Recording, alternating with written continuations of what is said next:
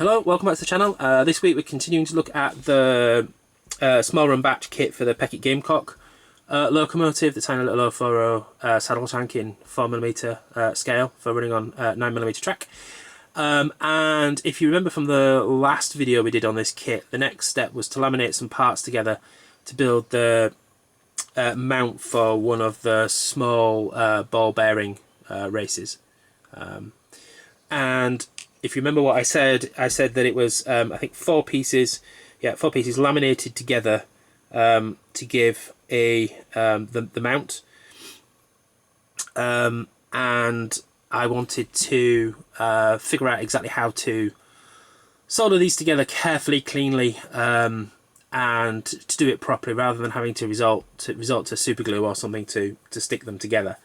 Now if you've watched last week's video, which wasn't about the kit, then if you didn't, I'll put a link here and you can go watch it. You'll know that I've been experimenting with a new type of soldering.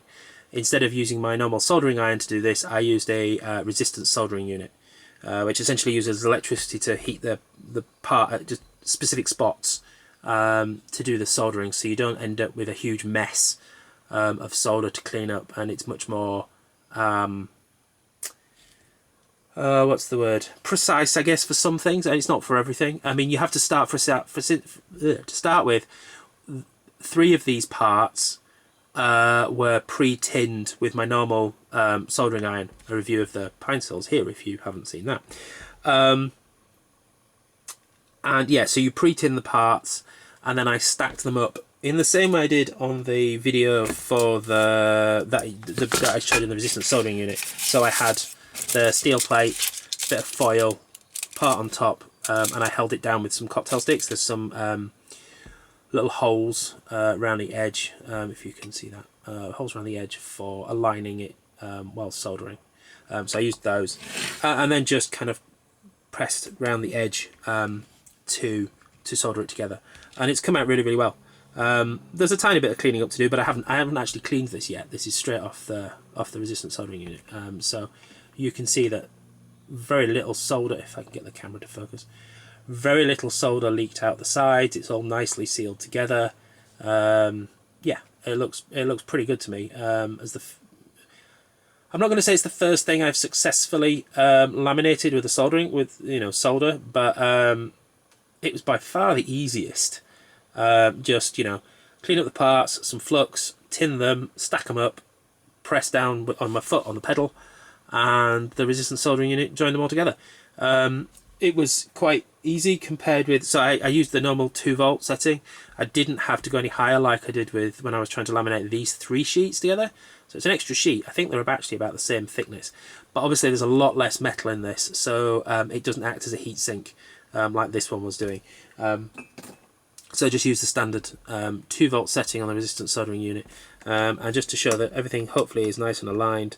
The ball bearing race fits in perfectly, just drops into the top of the hole, nice and flat, and on the back nice and flush. So yeah, that needs retaining with some Loctite, and then that's instruction number 3 done for this week. I'm not sure, I'm recording this actually quite early in the week, just because I've got other things going on in the late end of the week, and I don't know whether I'll have time for any more modelling. If I do, then there'll be obviously there might be a second part to this video, but currently that's another instruction in the kit completed, and actually using the resistance soldering ironing for real, rather than just the practicing bits I did last time. And yeah, I'm still really happy with it. As I say, it's a tool, it's an expensive tool, it won't be the perfect solution for every soldering job, but yeah, really happy with how it's worked on this one.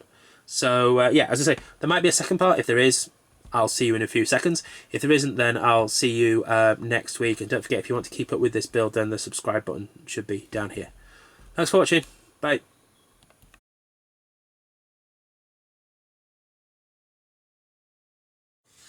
Okay, so I did manage to get a little bit more done. I got instruction number 4 completed. So if you remember what you've just watched, we had the the mount for the bearing done, I've now actually fitted the Layshaft to that mount. So what you have is the Layshaft through the ball bearing, then there's a washer, and then the 9mm pulley on the end, and the 9mm pulley is just attached to the Layshaft with some more Loctite 243, and that holds everything in place. The bearing is also held in place with Loctite 243. That worked nicely because there's quite a bit of thickness. If you remember, there's kind of 4 layers laminated together here, which was enough thickness for the edge of the ball bearing when it slots through the hole to work nicely. Now, this has also worked really, really well. Now, there are occasions where these things, you know, pulleys and things don't run too freely, but watch this. See how freely that turns? I can just spin it and it just keeps on spinning and spinning and spinning and spinning. So that's turning really, really nicely. There's no friction in there at all. Certainly compared to my Hudson Hunslet kit that doesn't have a ball bearing, this is just on a different level. It's really, really smooth. I mean, it turns nicely in my Hudson Hunslet kit, but nowhere near that smooth. Partly because I don't think there's enough space to fit a ball bearing in that kit. It's because it's the cast chassis would be the Lostwax cast chassis would be too fragile. I think where I need to put the bearing. I need to look at it to see whether I can actually redo it. But given that those were cast through shapeways, and I don't know, I haven't tried casting any since they stopped being shapeways and then started being whatever they shapeways again. I don't know how well they support the parts I was printing before, so we'll have to see. I've also done the other end of the ball bearing, the ball bearing for the other end. So this is a flat piece with the ball bearing fitted in and then it folded down, and this fits in nicely, and again still spins really, really freely. It's more difficult to hold both ends and turn it without friction, but it does turn really freely at both ends still. So I'm really happy with that, how that's working. This end I had to use a little bit of super glue to attach the bearing.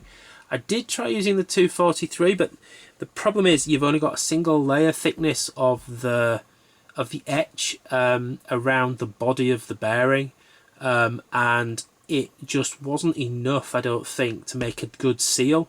I tried it under the flange and round the inside of the hole, and even after leaving it long enough for it to have cured, the ball bearing just dropped out. So just a smear of super glue around the edge of the hole, and around the under the lip of the bearing, and that's in nicely. And again, making sure that it didn't foul the bearing, so this still rotates nicely.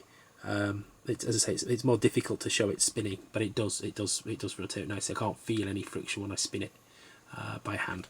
So I'm really happy with that. That's two more parts, kind of, well, one instruction done and put together. So I think the next step is the laminating the frames of the loco chassis together. There's some you have to fit the bearings for the wheels and laminate the deck details onto the frame. So that'll be up next, and I'll have to obviously probably dig out the resistance soldering unit for that again to do the laminating. It worked really well on these parts, so I'll probably do the same again, but we shall see. That will obviously be for the next video. And if you don't want to miss that, then don't forget the subscribe button, should be down here somewhere. And until then, thanks for watching. Bye.